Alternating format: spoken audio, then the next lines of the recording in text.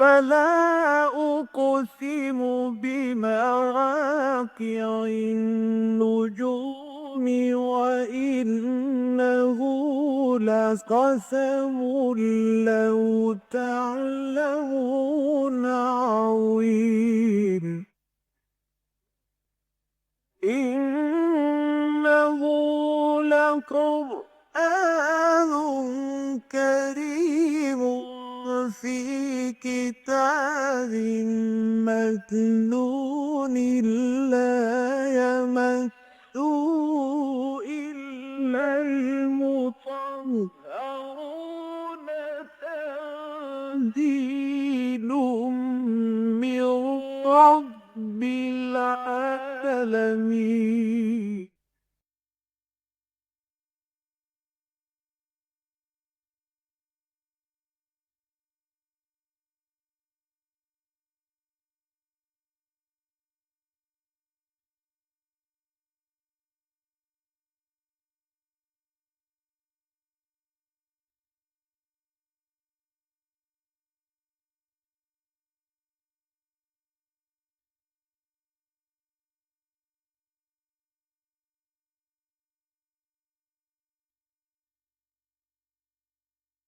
ونصلي على رسوله الكريم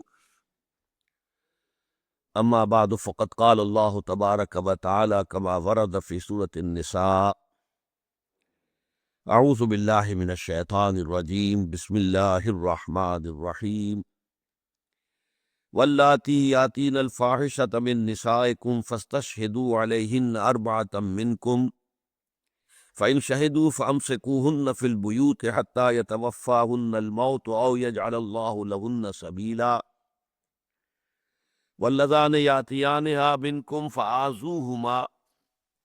فإن تابا وأصلحا فأعرضوا عنهما إن الله كان توابا رحيما إنما التوبة على الله للذين يعملون السوء بجهالة ثم يتوبون من قريب فأولئك يتوب الله عليهم وكان الله عليما حكيما وليست التوبة للذين يعملون السيئات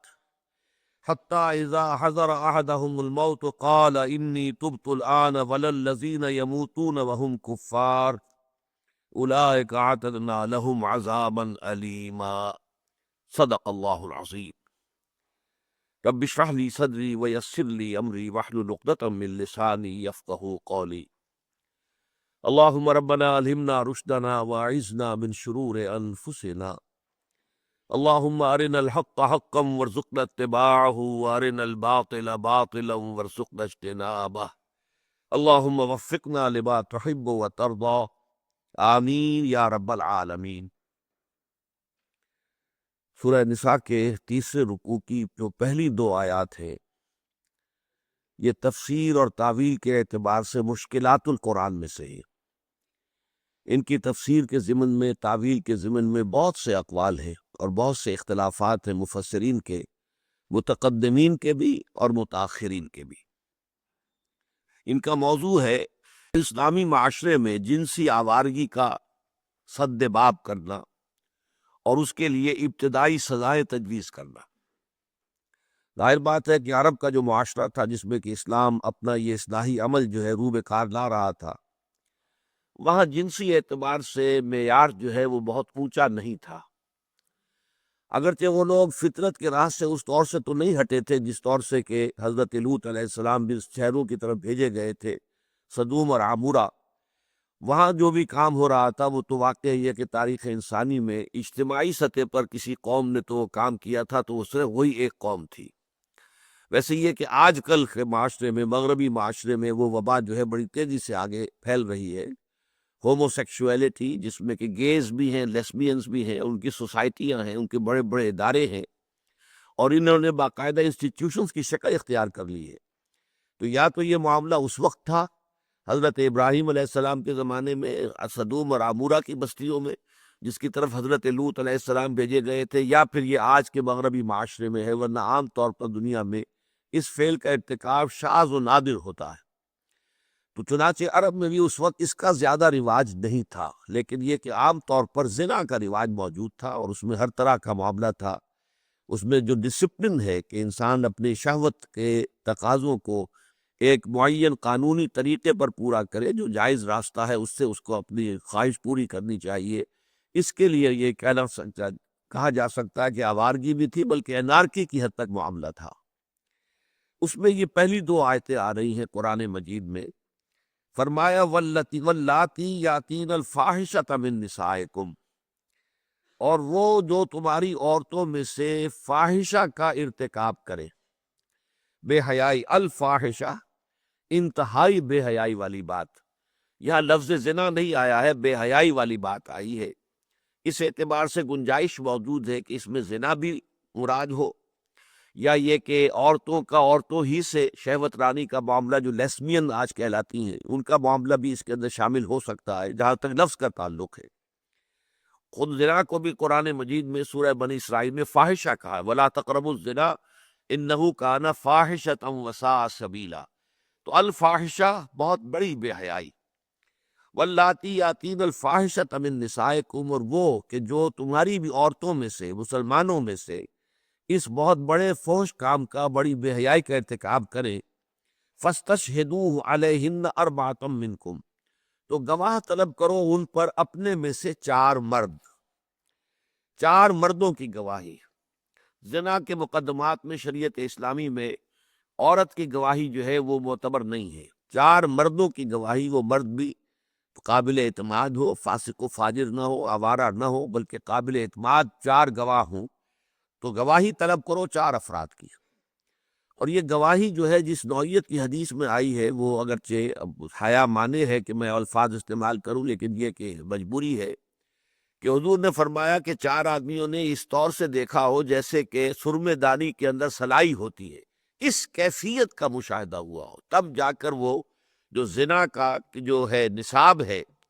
کہ اس میں گواہی کا کتنا نصاب ہے، اس کیفیت میں 4 آدمیوں نے دیکھا، اور یہ بہرحال معلوم ہو جاتا ہے انسان کو کہ یہ آسان کام نہیں ہے۔ گویا کہ زنا کا مقدمہ قائم کرنا اسلامی ریاست میں ہر کسی کا کام نہیں ہے، آسانی سے نہیں ہے، بلکہ آگے چل کر آپ کو معلوم ہے کہ اگر کوئی شخص چاہے اس نے وہ خود چشمدید گواہ ہے اور اس نے دیکھا ہے 2 افراد کو یہ کام کرتے ہوئے، لیکن اگر مزید 3 گواہ موجود نہیں ہیں اور وہ اپنی ایک گواہی کا اعلان کر دیتا ہے، تو اس پر قذف کی سزا ہوگی، 80 کوڑے اسے لگیں گے۔ اس لیے کہ اسلام یہ نہیں چاہتا کہ اس بے حیائی کا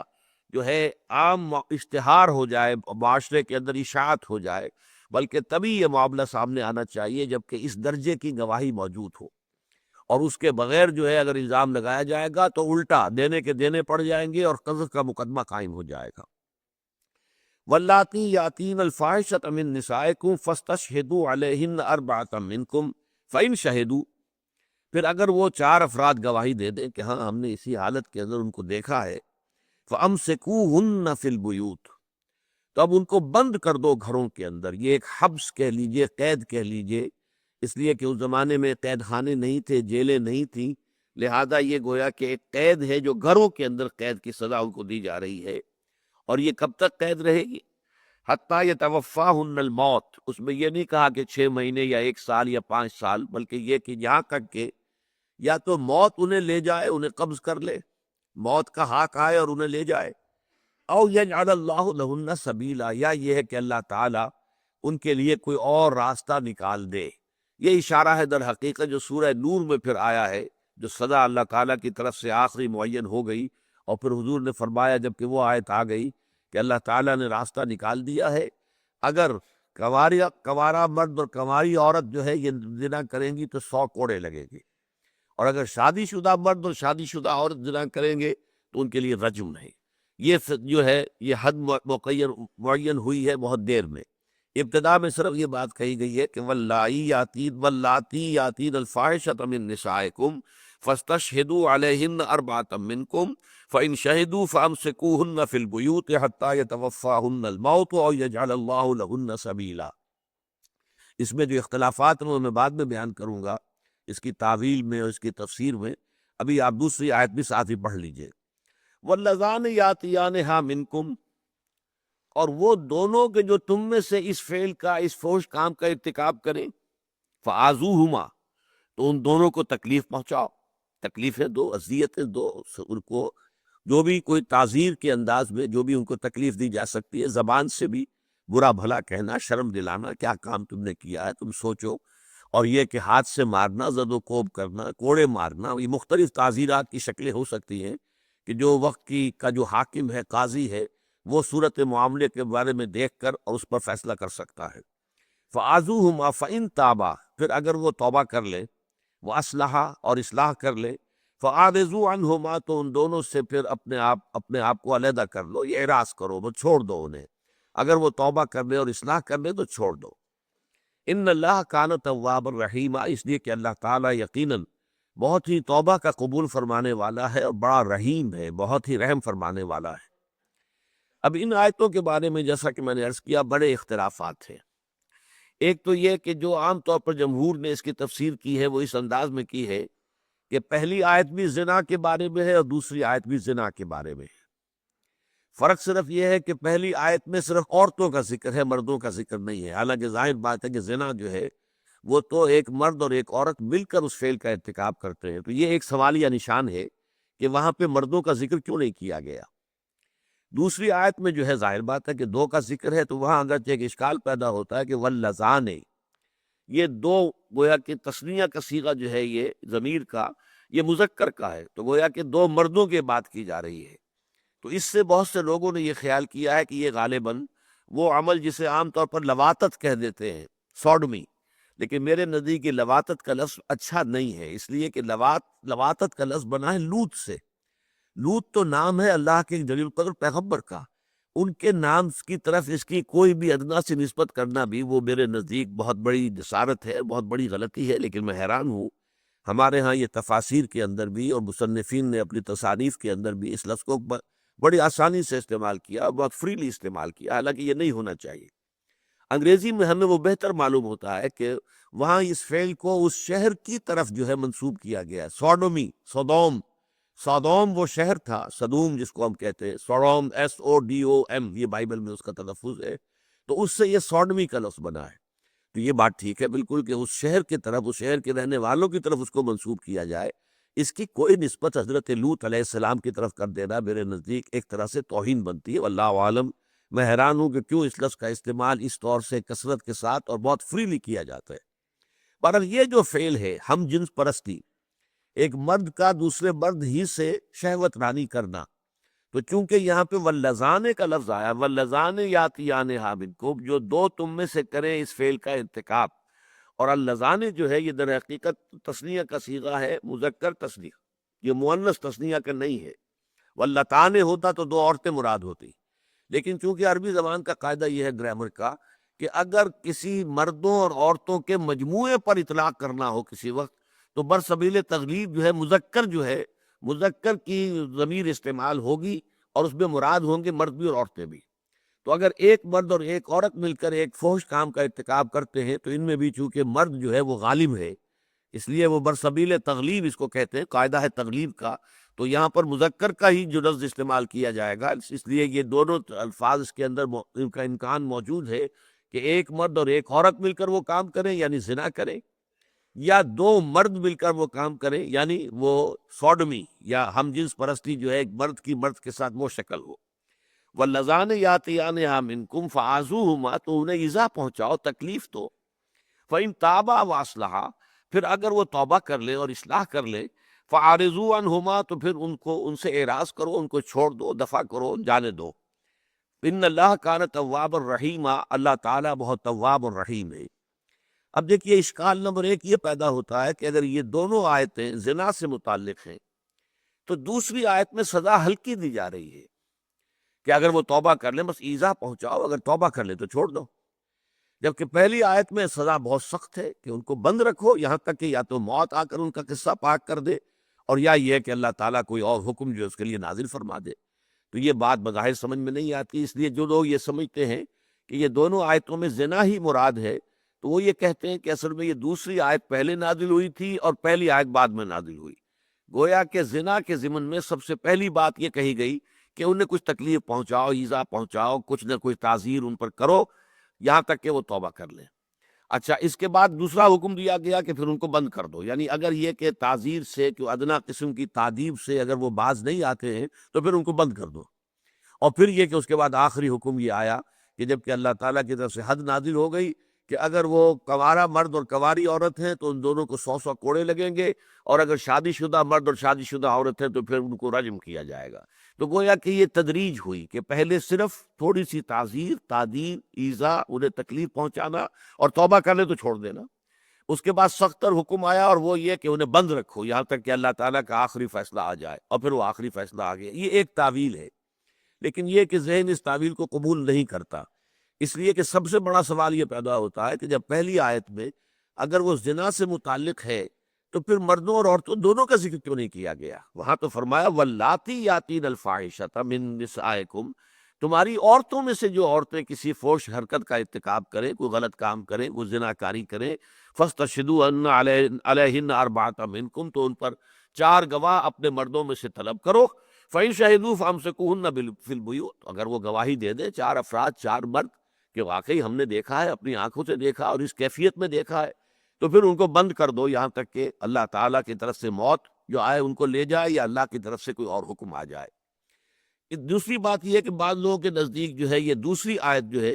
یہ اصل میں سوڈمی کے لیے ہے، یہ 2 مردوں ہی کے باہمی شہوت رانی کے لیے ہے، اس میں زنا کا تذکرہ نہیں ہے۔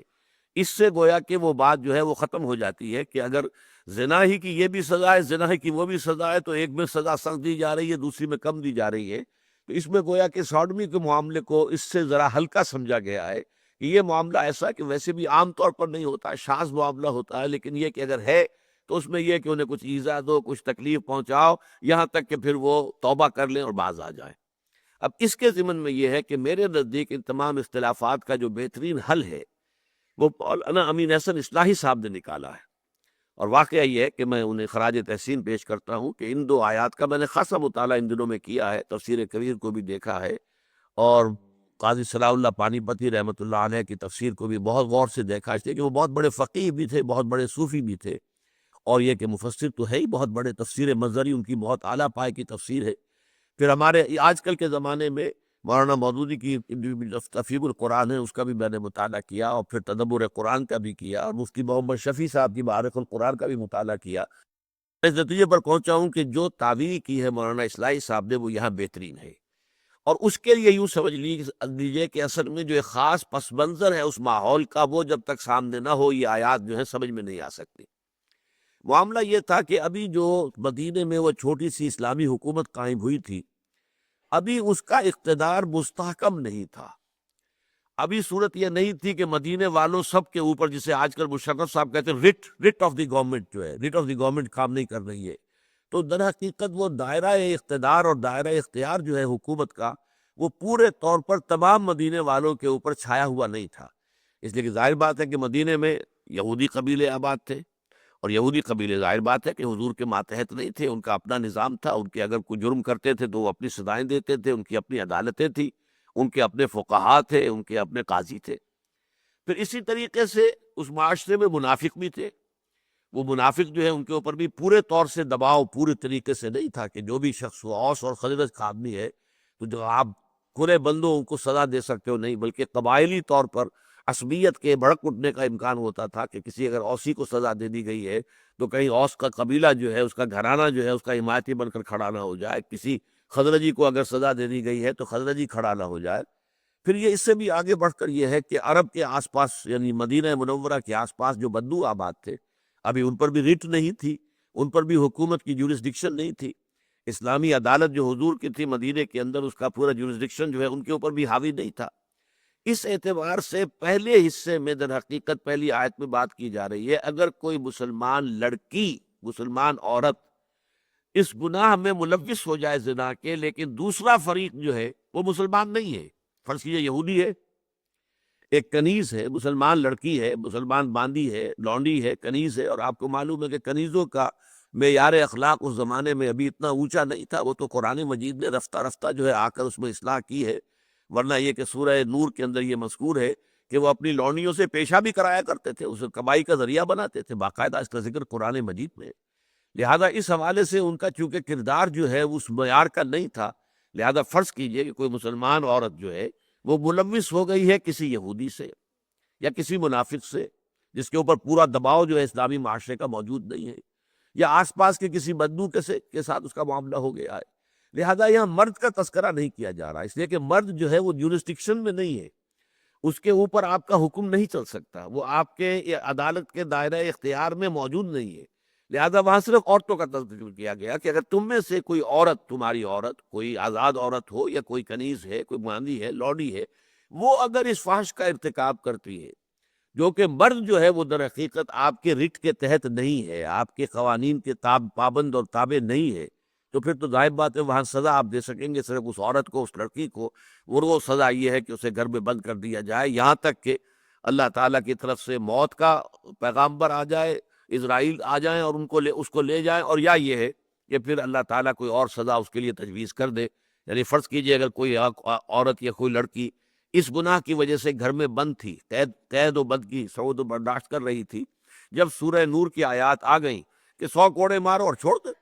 تو گویا کہ اس کے لیے ایک راستہ نکل گیا تھا کہ اس کو 100 کوڑے مارے گئے، اس کے بعد اسے چھوڑ دیا گیا، پھر اس کے اوپر کوئی مزید جو ہے حد بندی نہیں ہے کہ اس کو جو ہے قید میں رکھا جائے۔ جبکہ دوسری جو آیت ہے وہ بحث کر رہی ہے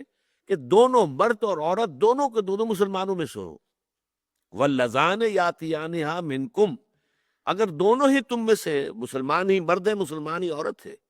اور ان دونوں نے یہ کام کیا ہے، فآذوہما، اب چونکہ معاملہ یہ ہے کہ اگر وہ پہلا مسئلہ تھا تو لڑکی کے باہر آنے جانے میں اس بات کا اندیشہ تھا کہ اس فعل کا دوبارہ ارتکاب ہو جائے، اس لیے کہ وہ جو مرد ہے آپ اسے کوئی زنجیر نہیں ڈال سکتے، اسے آپ بند نہیں کر سکتے، وہ آپ کے حیطہ اقتدار میں نہیں ہے، آپ کے رٹ کے تابع نہیں ہے۔ کہ یہاں معاملہ چونکہ دونوں کا ہے، مسلمان مرد اور مسلمان عورت، اور وہ دونوں مسلمان معاشرے میں، ان پر اخلاقی دباؤ بھی پورا ڈالا جا سکتا ہے اور ان کی مانیٹرنگ بھی پوری ہو سکتی ہے، دیکھ بھال ہو سکتی ہے کہ انہوں نے واقعی اپنی اصلاح کر لی ہے یا نہیں کر لی ہے، لہذا ان کے لیے ابتدائی حکم یہ دیا گیا کہ واللذان یاتیانہا منکم فآذوہم، تو انہیں ایذا پہنچاؤ۔ یہ ایذا جو ہے، یہ ظاہر بات ہے کہ ایذا کا لفظ بہت وسیع ہے، اس کے اندر ایذا میں رجم بھی ایذا میں آ جائے گا، اس لیے کہ رجم میں بھی تکلیف دی جاتی ہے، پتھر مار مار کے جو ہے انسان کو، عورت کو یا مرد کو ہلاک کیا جاتا ہے، تو ایذا کا لفظ بہت وسیع ہے، لیکن یہ کہ عام خیال یہ ہے کہ یہ تعزیر ہے، زبانی ایذا یا کچھ زد و کوب، کچھ مارنا، کچھ پیٹنا، اور اس کے بعد اگر وہ توبہ کر لے اور اصلاح کا اپنا پختہ وعدہ کرے، ان تابا و اصلحا فاعرضوا عنہما، تو ان کو چھوڑ دیا جائے۔ ان اللہ کان توابا الرحیمہ، اس لیے کہ اللہ تعالیٰ بہت توبہ کا قبول فرمانے والا اور بہت رحم فرمانے والا ہے۔ البتہ اس کے بعد جب پھر سورہ نور کی آیات آ گئی تو پھر وہاں معاملہ طے ہو گیا کہ زانی مرد ہو یا زانی عورت ہو، والزانیۃ والزانی فاجلدوا کل واحد منہما مئۃ جلدہ، ہر ایک کو ان میں سے 100 کوڑے مارے جائیں گے۔ اور جہاں تک شادی شدہ کا معاملہ ہے، وہ قرآن مجید میں اس کا بس تذکرہ نہیں ہے، وہ حدیث نبوی سے اور سنت رسول سے ثابت ہے کہ رجم کیا جائے گا اس ایک معاملے کے اندر، بلکہ 2 معاملات میں نبی اکرم صلی اللہ علیہ وسلم نے جو شریعت موسوی تھی اس کے حکم کو بحال رکھا ہے۔ ایک قتل مرتد کا معاملہ ہے کہ اگر کوئی مسلمان مرتد ہو جائے تو اس کو قتل کرنا، اور ایک رجم ہے، زانی اور زانیہ کے جو شادی شدہ ہوں ان کی سزا رجم، حد۔ یہ چیزیں دونوں قرآن میں نہیں ہیں، البتہ یہ دونوں چیزیں شریعت موسوی علیہ السلام سے حضور صلی اللہ علیہ وسلم نے اخذ کی ہے اور اپنی سنت کی دلیل پر ان کو رائج کیا ہے، وہ ہماری شریعت کے اندر اب گویا کہ حدود اللہ میں شامل ہے۔ یہاں میں خاص طور پہ تھوڑا سا تذکرہ کر دوں کہ اس میں چونکہ واللذان یاتیانہا منکم فآذوہما، اس میں ایک امکان ہے کہ یہ سوڈمی کی بات ہو رہی ہو، ہم جنس پرستی کی، بلکہ ابو مسلم اصفہانی ایک بہت بڑے مفسر ہیں، اگرچہ وہ معتزلہ میں سے ہے، معتزلہ ان کو کہا جاتا ہے جو ریشنلسٹ لوگ تھے، عقل سے زیادہ بات کرتے تھے، نقل سے اور روایات کے حوالے سے زیادہ وہ بات نہیں کرتے تھے، نہ بات مانتے تھے، بلکہ وہ جو ریشنل اور استدلال ہے اس کا زیادہ سہارا لیتے تھے۔ تو معتزلہ کے بہت بڑے مفسر ہیں ابو مسلم اصفہانی۔ ہمارے عام مفسرین تو ان کا تذکرہ بھی کرنا پسند نہیں کرتے، اس لیے کہ معتزلہ میں سے ہیں، لیکن امام فخر الدین رازی رحمۃ اللہ علیہ کا معاملہ بڑا عجیب ہے، چونکہ وہ خود ریشنلسٹ ہے، اگرچہ ہے اہل سنت میں سے، لیکن عقل اور منطق اس کے حوالے سے ان کی تفسیر جو ہے وہ بہت ہی مدلل اور بہت یوں سمجھیے کہ عقلی دلائل کے اوپر مبنی تفسیر ہے، تو وہ عام طور پر تذکرہ کرتے ہیں ابو مسلم اصفہانی کا۔ اس کا قول یہ ہے کہ یہ جو پہلی آیت ہے یہ لیسبینز کے لیے ہے، وہاں پہ مردوں کا تذکرہ اس لیے نہیں کیا گیا کہ واللاتی یاتین الفاحشۃ من نسائکم، وہ تم میں تمہاری عورتوں میں سے کہ جو آپس میں فحش کا ارتکاب کریں، عورت عورت سے. یہ لیسبین جو ہے پہلے بھی موجود تھا، سحاق اس کو کہا جاتا تھا، لیکن یہ ہے کہ بہت شاذ، جیسا کہ میں نے عرض کیا تھا، یہ زندگی کی شاہراہ نہیں بلکہ اس سے کٹی ہوئی پگڈنڈیاں ان کو کہے گے. مولانا مودودی صاحب نے یہ الفاظ استعمال کیے ہیں، اور ابھی ابو مسلم اصفہانی پر تنقید کی ہے کہ ابو مسلم اصفہانی نے یہ بات ذہن میں نہیں رکھی کہ قرآن مجید پگڈنڈیوں کے بارے میں باتیں نہیں کیا کرتا. قرآن مجید جو مین شاہراہ ہے انسانی زندگی کی، اس کے بارے میں بات کرتا ہے. تو اصل شاہراہ پر تو اصل میں زنا ہے، جس کے داعیات جو ہیں وہ مرد اور عورت دونوں کے اندر ہے، موجود ہے. لیکن یہ ہے کہ اب سوڈمی اگر ہے، گیز ہے مردوں میں سے، ان میں سے ایک فاعل ایک مفعول ہے. اب مفعول کے لیے ظاہر بات ہے کہ اس کے لیے طلب نہیں ہے، کہ اس کے لیے لذت کا معاملہ نہیں ہے، وہ ساری کی ساری اگر لذت ہے تو وہ فاعل کے لیے. لیکن زنا کا معاملہ مشترک ہے، اس پہلو سے جو اصل مرض ہے وہ زنا ہے. لیکن یہ کہ ابو مسلم اصفہانی نے یہ کہا ہے کہ اس سے مراد ہے لیسبینز. اگر عورتیں آپس میں شہوت رانی کریں تو اس کا نتیجہ کیا ہوگا کہ انہیں بند کر دو، اور اس بند کرنے کے بعد جب تک کہ کوئی اللہ تعالیٰ کی طرف سے کوئی اور حکم نہ آ جائے یا موت ان کو جو ہے نہ لے جائے. یہ ہے ابو مسلم اصفہانی کی رائے، اگرچہ اسے ہمارے مفسرین نے تسلیم نہیں کیا، بلکہ جیسا کہ میں عرض کر چکا ہوں ابھی، میں نے اس ضمن میں جو تسلیم کی ہے، جو زیادہ قبول کی ہے میرے ذہن اور دل نے، جو بات وہ مولانا امین حسن اصلاحی صاحب کی ہے، کہ اس میں مراد ہے وہ عورتیں جو مسلمان عورتیں، چاہے وہ حرہ ہوتی تھیں یا یہ کہ وہ کنیزیں تھیں، وہ اگر ایسے لوگوں سے، یہودی سے یا کسی غیر مسلم سے، مشرک سے یا کسی منافق سے کہ جو پورے طور سے اسلامی ریاست کا دباؤ بھی قبول نہیں کر رہا ہو، اگر ان سے ملوث ہو گئی ہیں زنا کے ارتکاب میں، تو پھر یہ ہے کہ یک طرفہ ہی معاملہ کرنا پڑے گا کہ جن پر ہمارا زور چلتا ہے، جن پر ہمارا وٹ ہے، انہی کو ہم سزا دیں. اور وہ سزا یہ ہے کہ ان لڑکی کو یا اس عورت کو جو سزا دی جائے گی. لیکن یہ واللذان یاتیانہا منکم جو ہے، اس کے اندر چونکہ کافی امکان موجود ہے کہ یہاں مراد سوڈمی بھی ہو، لہذا ہمارے ہاں یہ سمجھ لیجئے کہ، اور یہی ایک آیت ہے قرآن مجید میں کہ جو سوڈمی کے بارے میں ہے اور کہیں ذکر نہیں ہے. بالواسطہ طور پر اگرچہ ذکر ہے قرآن مجید میں دو مقامات پر، ایک تو سورہ معارج میں اور ایک سورہ مومنون کو شروع میں بیان کیا گیا ہے کہ انسان کے لیے شہوت رانی جو ہے مرد کے لیے، اس کے دو ہی طریقے جائز ہیں. والذین هم علی فروجہم حافظون الا علی ازواجہم او ما ملکت ایمانہم فانہم غیر ملومین فمن ابتغى وراء ذلک فاولئک هم العادون. وہ لوگ جو اپنی شرمگاہوں کی حفاظت کرتے ہیں سوائے اپنی بیویوں کے یا اپنی بانیوں، کنیزوں، اپنی لونڈیوں کے، اس کے علاوہ ان کے اوپر تو کوئی الزام نہیں ہے. وہ اگر اس سے اپنی شہوت کی تسکین کرتے ہیں بیوی سے اور اپنی لونڈی اور بانگی سے تو کوئی حرج نہیں ہے، کوئی ملامت کے قابل بات نہیں ہے. لیکن فمن ابتغى وراء ذلک، جو اس کے علاوہ کوئی راستہ اختیار کرے گا تو ظاہر بات ہے وہ فاولئک هم العادون، تو وہ حد سے گزر جانے والے ہیں، وہ پھر قابل سرزنش ہیں، قابل سزا ہیں، مستوجب سزا ہیں. اب اس میں ظاہر بات ہے کہ سوڈمی بھی آ گئی، اور اسی میں اگرچہ حیا مانے ہے، لیکن مجھے آج یہ بات واضح کرنی ہے، استمناء بالید بھی ہے، جسے ماسٹربیشن کہتے ہیں. ہاتھ سے ہی انسان جو ہے وہ اپنا تناؤ جو وجود کے اندر شہوت جو ہے اس کا جذبہ مشتعل ہو گیا ہو، تو وجود میں ایک تناؤ کی کیفیت ہوتی ہے. اس تناؤ کو ریلیز کرنے کی ایک شکل یہ ہے کہ ہاتھ سے انسان جو ہے وہ منی کا اخراج کروا دے، تاکہ اس سے یہ کہ اس کو تسکین حاصل ہو جائے.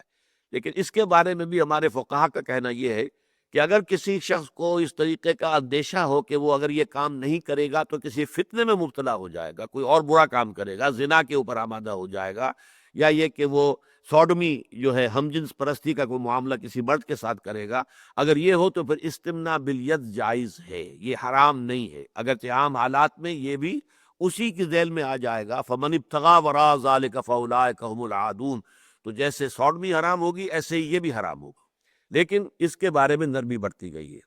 باقی جہاں تک کہ یہ جس کو کہ میں نے ابھی بحث کی تھی کہ لواطت کا لفظ جو ہے وہ بار بار زبان پر آتا ہے، اس لیے کہ اکثر وہی استعمال ہوتا ہے، میں سوڈمی کا لفظ استعمال کر رہا ہوں، یا مردوں کی ہم جنس پرستی. اب اس میں پہلی بات تو یہ ہے کہ اس میں بھی گواہی کا وہی سٹینڈرڈ اور وہی نصاب ہے کہ جو زنا کا ہے. 4 افراد عینی گواہ ہوں، یہ ہے در حقیقت 4 افراد کا عینی گواہ ہونا، اور اسی کیفیت میں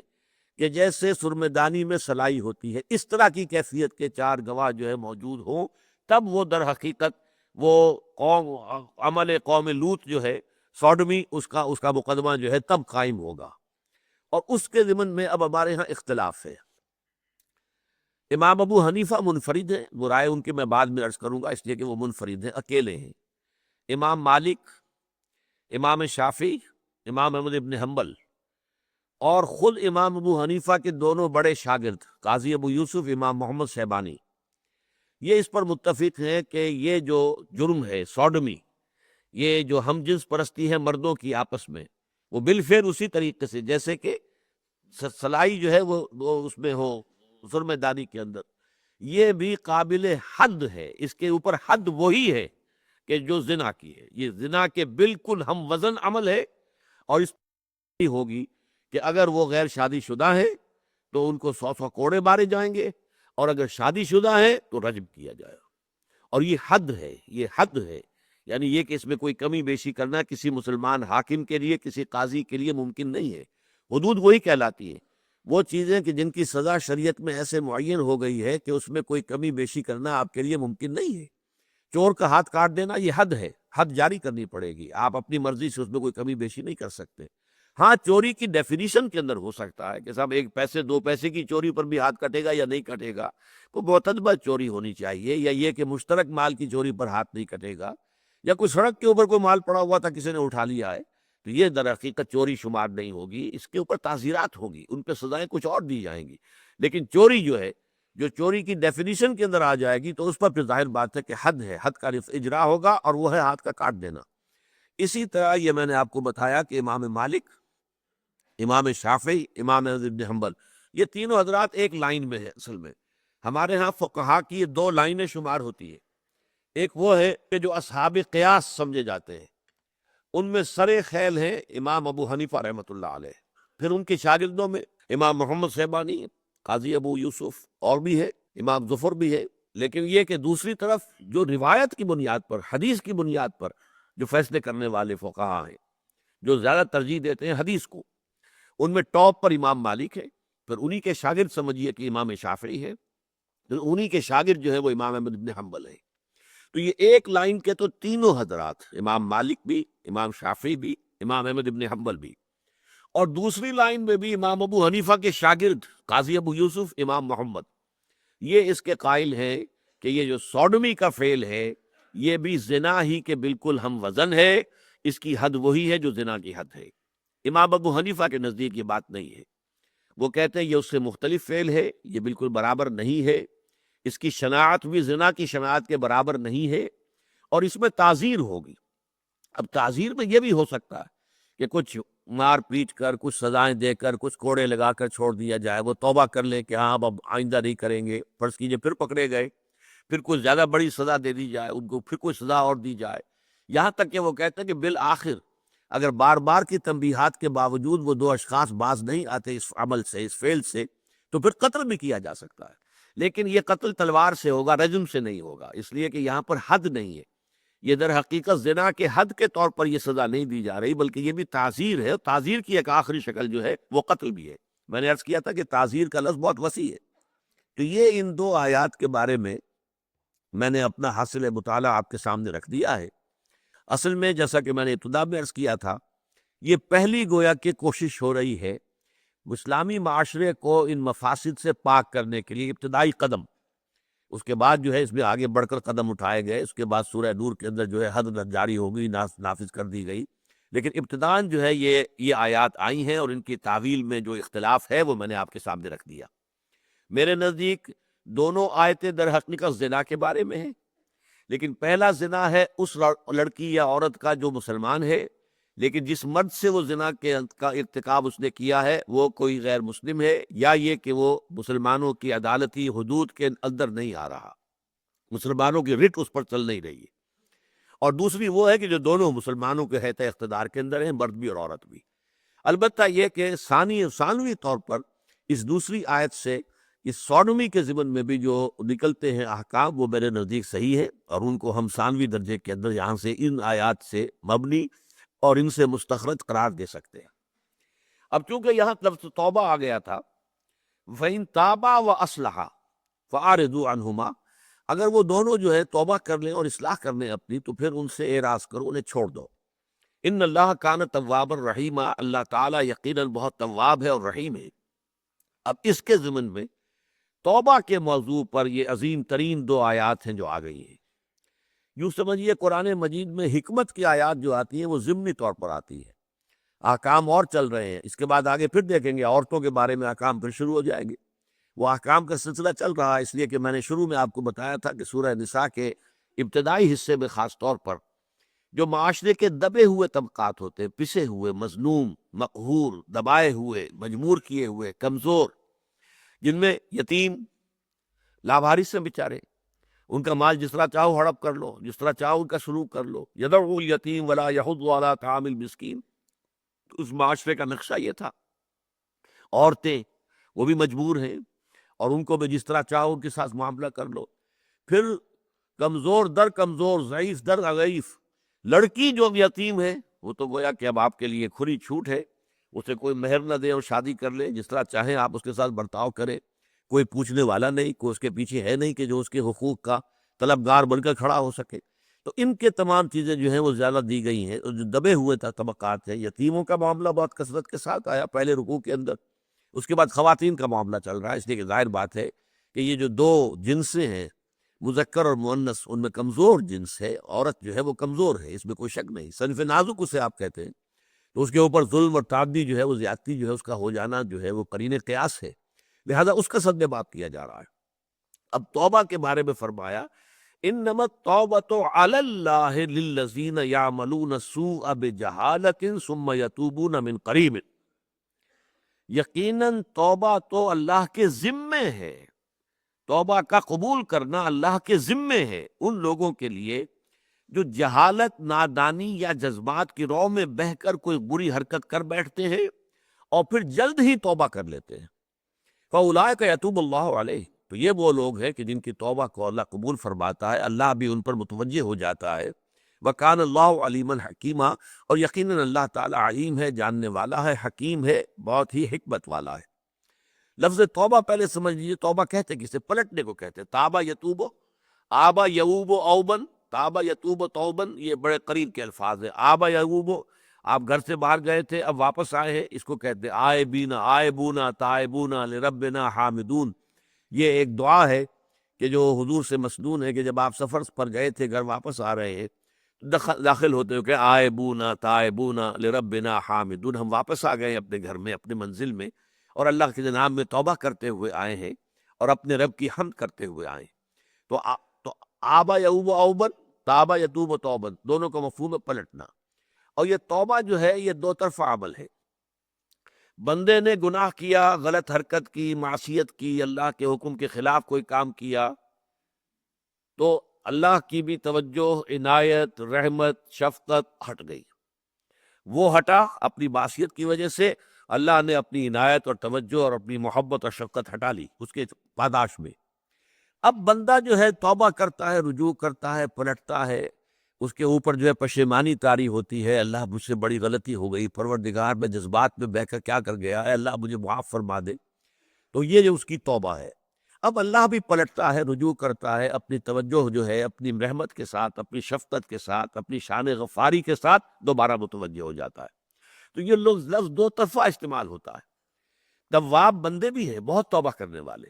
اور تواب اللہ کے لیے بار بار آیا قرآن مجید میں۔ اللہ تعالیٰ تو بڑا تواب ہے، اللہ تعالیٰ جو ہے توبہ کا بہت قبول کرنے والا ہے۔ تو یہ توبہ جو ہے اس کے دو طرفہ لفظ ہے، بندے نے معصیت سے توبہ کی اور اللہ نے جو اپنی شفقت کی نگاہ پھیر لی تھی، دوبارہ لوٹا کر اپنی شفقت اور محبت اور عنایت کی جو ہے اس کی طرف رخ کر لیا۔ یہ توبہ ہے دو طرفہ۔ اب توبہ کا معاملہ یہ ہوتا ہے کہ ایک تو یہ ہے کہ آدمی سے بالکل جذبات کی رو میں بہہ کر توبہ، کوئی غلط کام ہو گیا، کسی وقت غلط ماحول میں انسان جا بیٹھا ہے، پھنس گیا ہے وہاں، اور اس ماحول کے فوری اثرات اس پر ایسے ہوئے ہیں کہ وہ بھی کچھ اور لوگ بھی کوئی غلط حرکت کر رہے تھے، وہ بھی کر بیٹھا۔ اس طرح کے معاملے کے لیے آتا ہے جذبات، اس میں لفظ جہالت آیا ہے، اور اس پر بحث کی مفسرین نے۔ جہالت کا مطلب یہ نہیں ہے کہ اسے یہ معلوم نہیں تھا کہ یہ گناہ ہے، نہیں،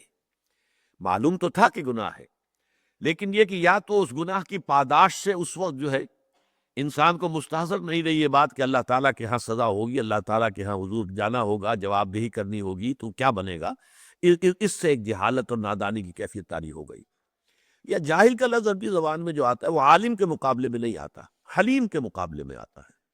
حلیم الطبع انسان وہ ہے جو اپنے جذبات کے اوپر کنٹرول رکھتا ہے، پرووک نہیں ہوتا فوری طور پر، ذرا سی کسی نے اشتعال آمیز بات کی اور پھٹ پڑے اور غصے کے اندر آ گئے اور آپے سے باہر ہو گئے، نہیں، وہ جاہل کہلائے گا۔ ایک حلیم الطبع شخص وہ ہوتا ہے کہ پوری اپنے آپ کو اب سیلف پوزیس کرتا ہے، اپنے آپ کو سیلف پوزیشن کے ساتھ اور بڑی حکمت کے ساتھ بات کرتا ہے۔ تو اس اعتبار سے نادانی یہاں پہ مراد یہ نہیں ہے کہ اسے معلوم نہیں تھا کہ یہ گناہ تو معلوم تھا کہ ہے،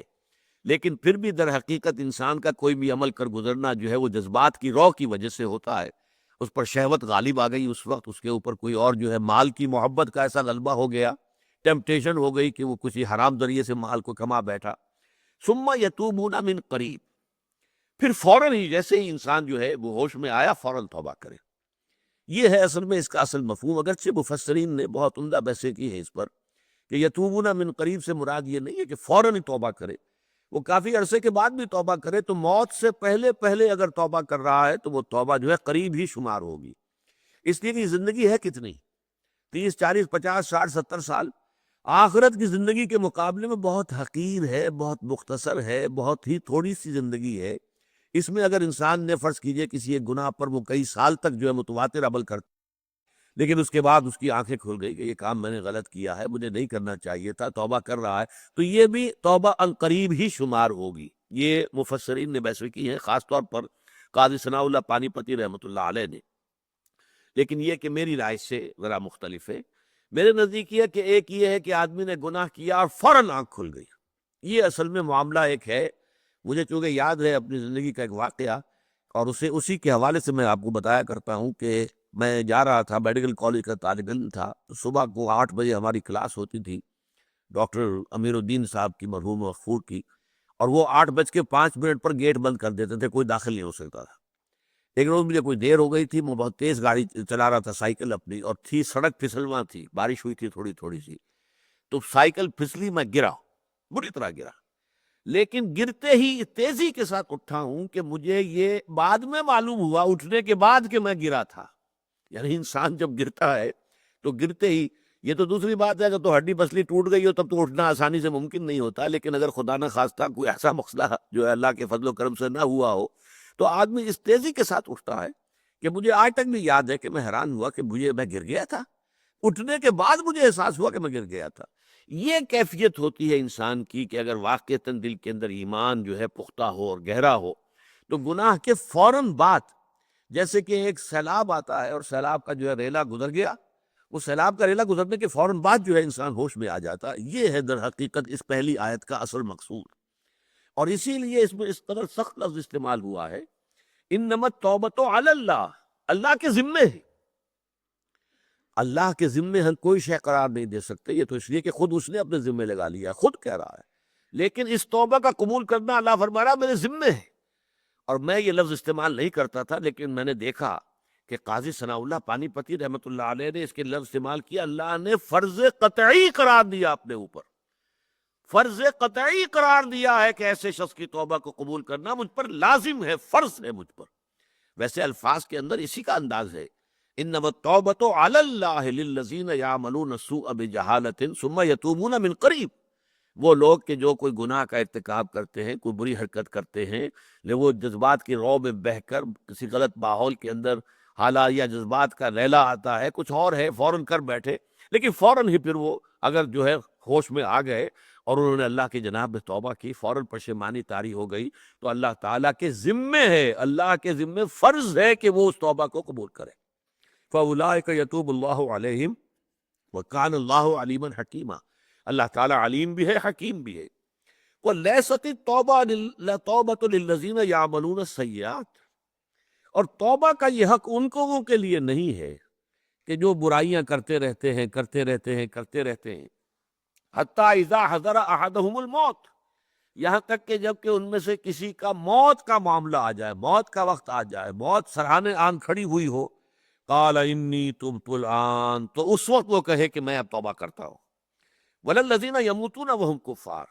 اور نہ ہی ان لوگوں کے لیے توبہ کا کوئی حق ہے کہ جو مر جائیں کفری کی حالت میں، کہ وہ بھی کہیں گے جا کر وہاں تو اللہ تعالیٰ کے ہاں قیامت کے دن، پروردگار اب توبہ کرتے ہیں، ہم باز آ گئے، ربنا ابصرنا وسمعنا فرجعنا نعمل صالحا انا موقنون، پروردگار اب ہم نے دیکھ لی، حقیقتیں ہم پر منکشف ہو گئی، 14 طبق ہمارے روشن ہو گئے، ہم نے حقیقت سن بھی لی، دیکھ بھی لی، اب ہمیں ذرا ایک دفعہ دنیا میں بھیج دے تو اب وہ کام نہیں کریں گے جو پہلے ہم کرتے تھے، اب ہمیں یقین کامل حاصل ہو گیا، اس کے مطابق صحیح کام کریں گے۔ وہ توبہ وہاں قبول نہیں ہوگی، نہ وہ توبہ آخرت کے اندر قبول ہوگی، میدان حشر میں قبول ہوگی، یا جہنم میں توبہ کرنے والے کی توبہ قبول ہوگی، نہ ہی اس دنیا میں جب موت کے آثار شروع ہو جائیں تو پھر توبہ کا دروازہ بند ہو جاتا ہے۔ اس کے لیے جو لفظ آیا ہے حدیث میں وہ یہ ہے ما لم یغرغر، توبہ جو ہے جب تک کہ یہ گھنگرو نہیں بولتا انسان کے حلق میں۔ آپ کو معلوم ہے کہ آخری وقت میں جو ہے وہ بلغم وغیرہ جب جو ہے وہ ٹریکیا وغیرہ کے اندر اور پھیپھڑوں کے اندر بولتا ہے تو وہ آخری وقت میں نزا کے وقت جو گھنگرو سا بول رہا ہوتا ہے حلق کے اندر، یہ غرغر ہے۔ معلم یغرغر، جب تک یہ کیفیت نہیں ہوتی توبہ کا دروازہ کھلا ہوا ہے۔ امید دلائی گئی ہے، یقین نہیں دلایا گیا۔ یقینی تو توبہ وہ ہے اللہ کے ذمے کہ جو انسان نے غلطی کی اور فوراً توبہ کر لی۔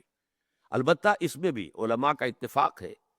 کہ فرض کیجئے اس کے بعد پھر کبھی وہی موقع پیش آ گیا، پھر خطا ہو گئی، پھر غلطی ہو گئی، پھر جذبات کی رو میں بہ گئی، پھر توبہ کی،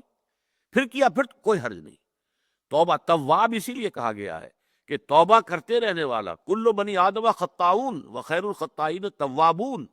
تمام بنی آدم انتہائی خطا کار ہیں، سب کے سب خطا کار ہیں۔ کون ہے کہ جو گناہ سے بچا ہوا ہے؟ فرق یہ ہے کہ کسی کا کوئی گناہ ہے، کسی کا کوئی اور گناہ ہے۔ کلو بنی آدم خطاؤ، اور خطا جو ہے فعال کے وزن پر مبالغے کا صیغہ ہے۔ تمام بنی آدم انتہائی خطا کار ہیں، کلو بنی آدم خطاؤن وخیر الخطائین التوابون، اور بہترین جو ہیں ان میں جو خطا کار ہیں ان میں وہ ہے جو توبہ کرتے ہیں، بار بار توبہ کرتے ہیں۔ اس لیے کہ انسان جب توبہ کرے تو اس کی شرائط ہے، جس وقت توبہ کرے اس وقت عزم مصمم ہو کہ یہ کام میں نے اب نہیں کرنا ہے۔ فرض کیجئے کہ انسان جو ہے قوی ارادے کا مالک نہیں ہے، اس کا ارادہ ضعیف ہے، کمزور ہے، اس کے اندر جو ہے عزم نہیں ہے، لم نجد لہو عزمہ، جیسا کہ آیا ہے کہ حضرت آدم علیہ السلام کے بارے میں ہم نے اس میں عزیمت نہیں پائی، ہمت نہیں پائی۔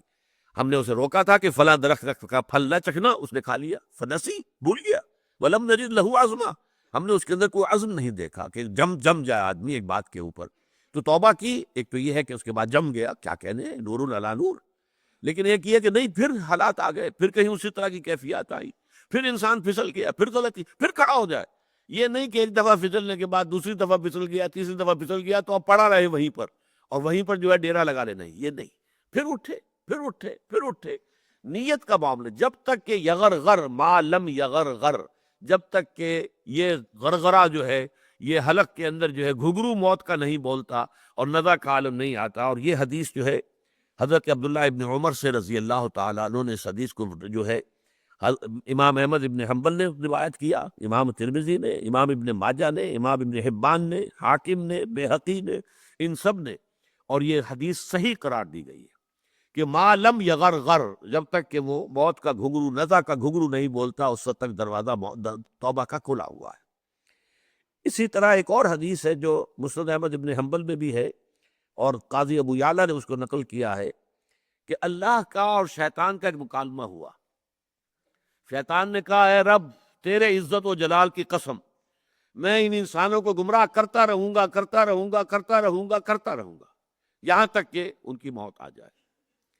اللہ تعالیٰ نے فرمایا، اچھا تو پھر مجھے بھی میرے عزت و جلال کی قسم، میں بھی انہیں معاف کرتا رہوں گا، معاف کرتا رہوں گا، معاف کرتا رہوں گا، معاف کرتا رہوں گا، یہاں تک کہ ان کی موت کا وقت آ جائے۔ ہاں، موت کا وقت آئے گا تو پھر معافی کا دروازہ بند ہو جائے گا۔ یہ بھی بہت ہی عمدہ روایت ہے۔ اسی طریقے سے یہ حدیث جو ہے صحیح مسلم میں ہے حضرت ابو موسیٰ اشعری سے کہ اللہ تعالیٰ دن کے وقت ہاتھ پھیلاتا ہے کہ جس نے رات کو گناہ کیے ہو توبہ کر لے، اور پھر رات کو ہاتھ پھیلاتا ہے کہ جس نے دن میں گناہ کیے وہ توبہ کر لے، یہاں تک کہ سورج مغرب سے طلوع ہو جائے، جب تک کہ وہ آخری علامات جو ہیں قیامت کی، ان میں جو آپ کو معلوم ہے کہ جو علامات کبریٰ ہیں ان میں سے ایک یہ بھی ہے کہ سورج مغرب سے نکلے بجائے مشرق کے، تو اس کے بعد معلوم ہوا کہ اب زندگی اس دنیا کا جو ہے معاملہ خاتمے کے قریب آ گیا ہے، انفرادی موت نہیں بلکہ اب یہ اس دنیا کی اجتماعی موت آ گئی ہے، تو اس وقت بھی آ کے وہ دروازہ بند ہو جائے گا۔ ورنہ اللہ تعالیٰ روزانہ اللہ کا ایک ہاتھ جو ہے وہ وسیع ہوتا ہے، تاکہ دن کے وقت، تاکہ رات کو جس نے گناہ کیا وہ توبہ کر لے، اور رات کے وقت تاکہ جس نے دن میں گناہ کمایا وہ توبہ کر لے۔ اور توبہ کا اللہ تعالیٰ کے ہاں کیا مقام ہے، ذرا اس کا اندازہ کیجئے۔ ایک بڑی پیاری تمثیل دی ہے حضور نے صلی اللہ علیہ وسلم۔ حضور فرماتے ہیں کہ بندے کی توبہ سے اللہ کو اتنی ہی خوشی ہوتی ہے جتنی کہ، اب ایک تمثیل ہے کہ تم یہ تصور کرو کہ اگر کوئی مسافر ہے لقودق صحرا میں سفر کر رہا ہے اکیلا، ایک اس کا اونٹ ہے، اونٹ ہی پر اس کا پانی ہے، چھاگل ہے وہ بھی اونٹ کے ساتھ بندھی ہوئی ہے، وہ کھانے کی چیزیں تھی وہ بھی اونٹ کے ساتھ ہیں، اونٹ کے اوپر لدی ہوئی ہے۔ وہ تھوڑی دیر کے لیے سستانے کے لیے کسی درخت کے نیچے بیٹھتا ہے اور اس کی آنکھ لگ گئی، آنکھ کھلی تو اونٹ غائب۔ اس نے اونٹ کا جو ہے وہ گھٹنا نہیں باندھا تھا، خطا ہو گئی، غلطی ہو گئی، ورنہ عام طور پر تو بدو یہ کرتے تھے کہ اتنے ہیں تو اونٹ کا ایک جو پاؤں ہے اس کا گھٹنا باندھ دیتے تھے تاکہ وہ دوڑ نہ سکے، اچک اچک کے ادھر ادھر کی کر کے درخت سے کوئی اور کہیں سے کوئی ناشتہ تھوڑا بہت جو کر سکتا ہو کر لے، لیکن دوڑ نہیں سکتا۔ اس نے نہیں باندھا، وہ بھاگ گیا۔ اب وہ کہتا ہے کہ بے تاب ہو کر وہ حضور فرماتے ہیں کہ مشرق میں، مغرب میں، شمال میں جو دوڑتا ہے، بھاگتا ہے، ادھر ادھر کہیں نظر آئے، اونٹ کا کہیں نام و نشان نظر نہیں آ رہا۔ پھر وہ تنگ آ کر، اب آپ اندازہ کر لیجئے کہ ایک شخص جو ہے موت کا انتظار اب کر رہا ہے، پانی بھی نہیں ہے اس کے پاس، پانی بھی اسی اونٹ پر تھا چلا گیا، کھانا بھی نہیں ہے، کھانا بھی اسی اونٹ پر تھا چلا گیا۔ اب وہ موت کے انتظار میں ہے، اچانک دیکھتا ہے کہ اونٹ کھڑا ہوا، اونٹ تو موجود ہے۔ تو اب وہ کہنا تو یہ چاہتا تھا، اے اللہ میں تیرا بندہ ہوں، تو میرا رب ہے، لیکن اپنا وہ جو اسے یوں سمجھیے کہ خوشی کا جو ایک کیفیت ہے اس میں وہ کہہ یہ بیٹھتا ہے، اللہ میں تیرا رب، تو میرا بندہ۔ اس طریقے کی اتنی خوشی ہوتی ہے اللہ کو اپنے بندے کی توبہ سے، کسی گناہ گار بندے کی توبہ سے۔ اس لیے اس معاملے کو ہلکا نہ سمجھے، بہت بڑی شے، ہمارے دین کی حکمت کی روح سے یہ بہت بڑی شے ہے۔ اس میں تھوڑی سی خطا ہوئی ہے اور اس کی وجہ سے کتنے بڑے بڑے گمراہیوں کے طومار جو ہیں پیدا ہو گئے دنیا میں۔ آپ اس کا اندازہ کیجئے کہ یہ جو حضرت آدم علیہ السلام سے خطا ہو گئی تھی، حضرت حوا سے خطا ہو گئی تھی، دونوں نے وہ ممنوع شجر جو تھا اس کا پھل کھا لیا، گناہ ہو گیا، غلطی ہو گئی، معصیت ہو گئی۔ قرآن یہ کہتا ہے کہ فَتَلَقَّىٰ آدَمُ مِن رَبِّهِ كَلِمَاتٍ فَتَابَ عَلَيْهِ، حضرت آدم علیہ السلام کو اللہ تعالیٰ نے، ان میں پشیمانی پیدا ہو گئی لیکن الفاظ نہیں تھے، کن الفاظ میں اللہ کی جناب میں توبہ کریں، لہذا انہوں نے، اللہ تعالیٰ نے الفاظ تلقین فرما دیے کہ ٹھیک ہے تم توبہ کرنا چاہتے ہو تو یہ الفاظ ہیں۔ وہ الفاظ ہے جو سورہ بقرہ کے 4 رکوع میں ہے، ربنا ظلمنا، نہیں یہ سورہ اعراف میں ہے، ربنا ظلمنا انفسنا وان لم تغفر لنا وترحمنا لنکونن من الخاسرین۔ اللہ نے معاف فرما دیا، توبہ، خطا ہوئی، توبہ ہوئی، بات ختم۔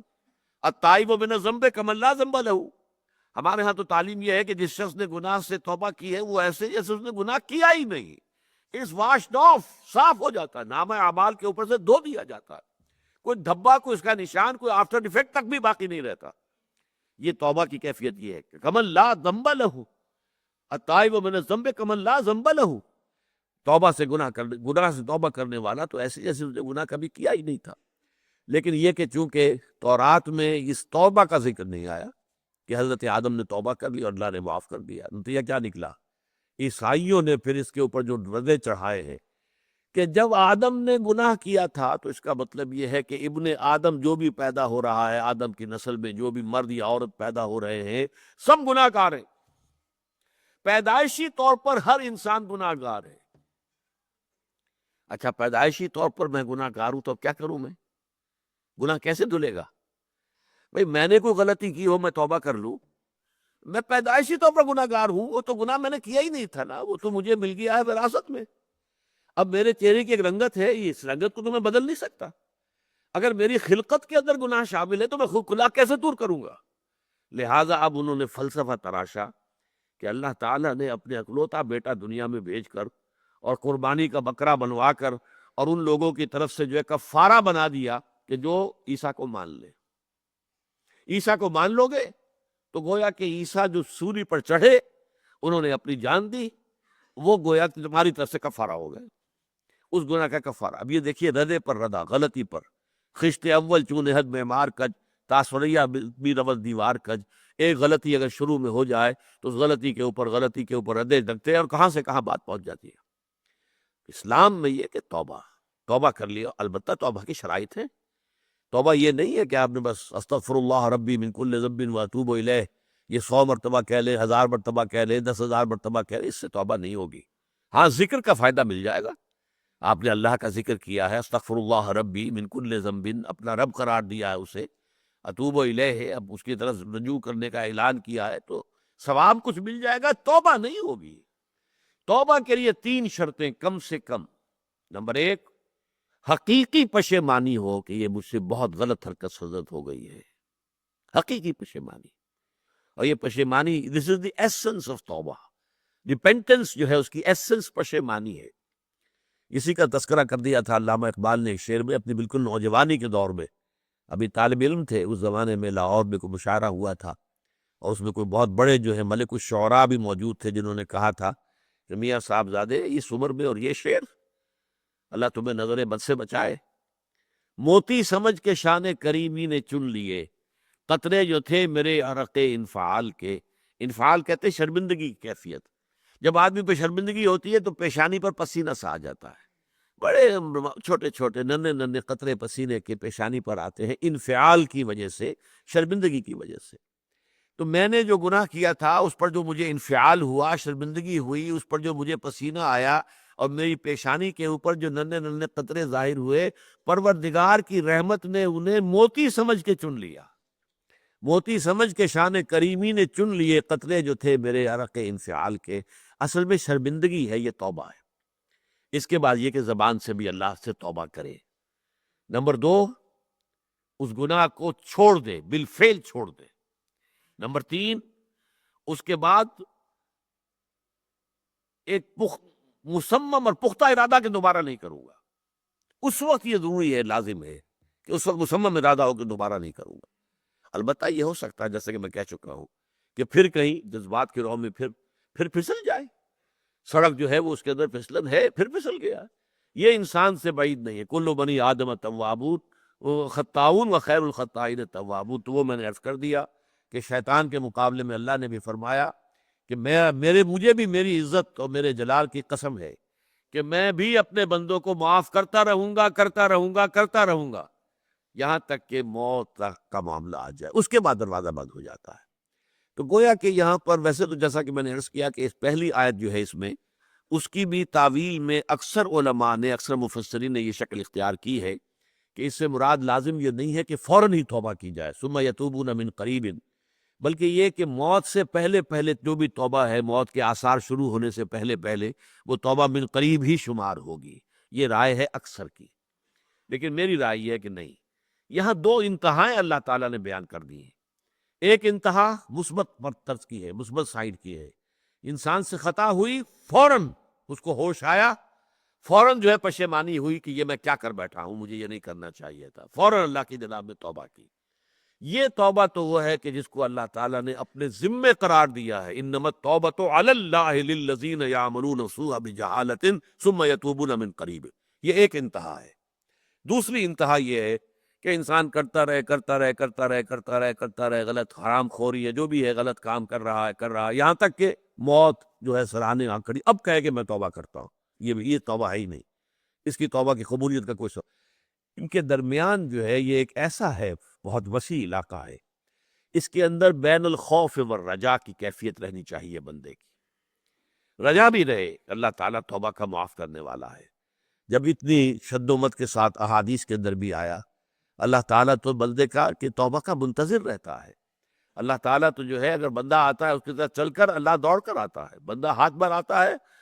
بارش بھر آتا ہے تو اللہ ہاتھ بھر آتا ہے۔ لہذا اللہ تعالیٰ تو بندے کی توبہ کا منتظر ہوتا ہے کہ وہ توبہ کرے، اور اللہ تو ہاتھ پھیلاتا ہے دن کے وقت کہ رات کا گناہ گار جو ہے توبہ کر لے، اور رات کے وقت کہ دن کا گناہ گار توبہ کر لے۔ ان چیزوں کو سامنے رکھا جائے تو اس میں رجا کا پہلو غالب ہونا چاہیے، لیکن خوف کا پہلو ختم نہیں ہو جانا چاہیے۔ ہو سکتا ہے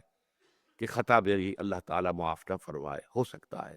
یہ خوف کا پہلو کسی نہ کسی درجے میں، اگرچہ غالب رہنا چاہیے رجا کا پہلو۔